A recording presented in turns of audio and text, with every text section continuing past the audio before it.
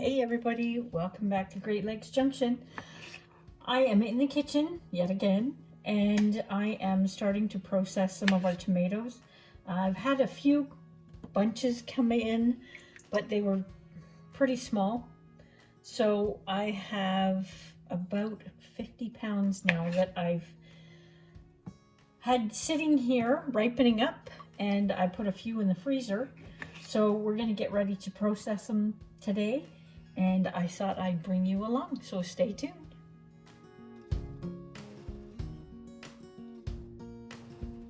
I absolutely hate peeling tomatoes. It's very time consuming. It's very tedious. So what I do is, I've done this a couple of times now. I throw them in the oven and I roast them off quickly, and I put them through a food mill and then continue on making my sauce from there. That way they get cleaned, well, skinned and seeded quickly, and I don't have to actually sit there and process each individual tomato, other than this, which I'm just cutting in half and checking them quality wise to make sure that they are okay, and taking any bad spots off them. So it's a little bit more efficient for me, a little bit quicker, and a little bit less time consuming peeling every tomato itself. So I'm going to get this done and get them in the oven. Okay, so we've put our tomatoes in the oven for about 8 to 10 minutes, if that, and it's just to get them warmed up a little bit and start releasing the skins. I don't have an electric food mill, but I have a manual one. So we just load it up in here, and it will push everything through the sieve and leave the skins, the cores, and most of the seeds out of the sauce underneath. And then this pulp that's left in here, I'm actually going to dehydrate it and use it for tomato powder later. I go through a ton of tomato powder throughout the year. I run out midwinter. We go through so much of it. If you're not familiar with a manual food mill, you haven't got one and you're thinking about purchasing one, this is the tomato sauce when it comes through. There are a few seeds. Now, keep in mind that's the medium sieve. There's another smaller one that you can put on there, but the seeds in it they're so minimal that I'm not really worried about it. But I wanted to show you what it looked like after it'd been through the mill. And there's not a whole lot of seeds in there. But in case you haven't got one and you were wanting to purchase one, they do work well. The recipe is calling for 30 pounds of tomatoes, 1 cup of onion, a half a cup of celery. If you prefer, you could substitute that with pepper, and it's also calling for a half a cup of pepper. So what I've done is I have some frozen onions and peppers.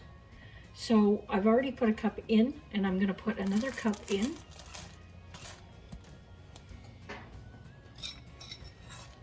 Now, if you're using fresh, you can saute them off with a little bit of oil. So we'll put those in, and we're going to let this cook down to half of what is in here right now. So it'll thicken up. And if you want it to go a bit quicker, because this can take time to cook it down in half, turn your burner up and stand by it so it doesn't scorch the bottom of your pot, and it should go fairly quick. Okay, so we're still cooking down. It's gone down a couple of inches. The recipe calls for a pound of mushrooms. I have about 3/4 of a pound of frozen frozen mushrooms that I froze a couple of weeks ago, so we're just going to use those. And they're optional. You don't have to put those in there if you don't want to. We have 1/4 cup of brown sugar, and that's just to take the bitterness out of the tomatoes. It calls for 2 tablespoons of salt. I'm only putting 1 in, and it calls for 2 teaspoons of black pepper. I'm only putting 1 in. I find I can add things later when I'm making a meal, as opposed to adding all of it right now, especially salt. It's asking for 2 tablespoons of oregano, so I've done 1 tablespoon of oregano and 1 tablespoon of basil. And it wants 1/4 cup of parsley, which I do not have at the moment, and 5 cloves of garlic. And I'm using powdered, and I'm only going to use 1 tablespoon. And again, I can add spices when I'm cooking a meal, depending on what I'm cooking. If I want more garlic, I can always add it later. And we are going to let this sit and cook down a little bit more, and then we're going to pressure can it. I just wanted to show you this, the Amish Canning Cookbook. That's where this recipe is from. It's on page 121, and I think earlier I said to simmer it down by half. It's actually down by 1/3. Our sauce is still steaming hot, so we're going to start filling our jars up. And being as this is hot liquid, you want everything hot. So you want to put 1 inch headspace on this.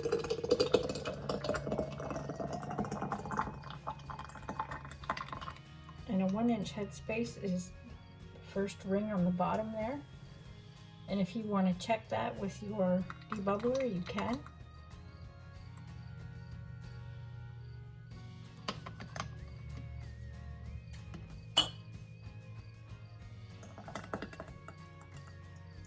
So much faster with the measuring cup.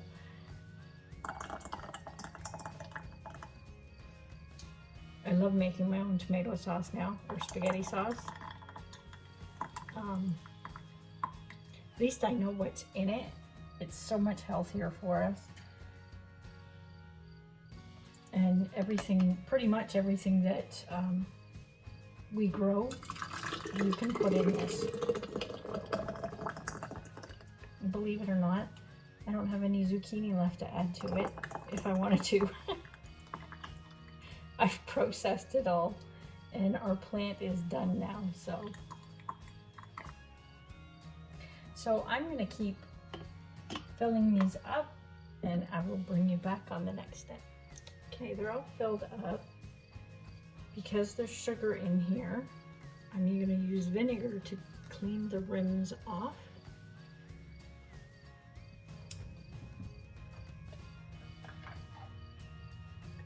And we're just going to put our lids on. My lids have been sitting in hot water, not boiling, but hot, to soften the rubber around the seal. We're going to put all these in the canner and get that canner boiling away. Okay, so they're in the canner. I've put vinegar in the water so we don't get that hard water haze. I wash my jars after anyway, but it's just easier for me to clean. It is the next morning. I was late last night getting this finished up, so I thought we'd come on and finish up the video this morning. Our jars are all sealed. It smells wonderful in here. We had one jar that didn't seal, which is not a big problem because we have more to do today to finish up, and I'm going to put them in pint jars just so I have a little versatility when I'm cooking later on. Instead of doing whole quarts, I can do smaller recipes with the pints. But I did want to mention one thing before we leave. I wanted to give a shout out to Linda and Brian at Tuliloo Creates. Go check their channel out. They've been on YouTube for a lot of years. I've been following them for probably 5 or 6 years myself. They do canning and cooking and crafts and gardening, all kinds of stuff. They have a really interesting channel. Go check them out and subscribe to them and watch some of their stuff. It's pretty interesting. So on that note, I'm going to sign off, and until next time, stay safe.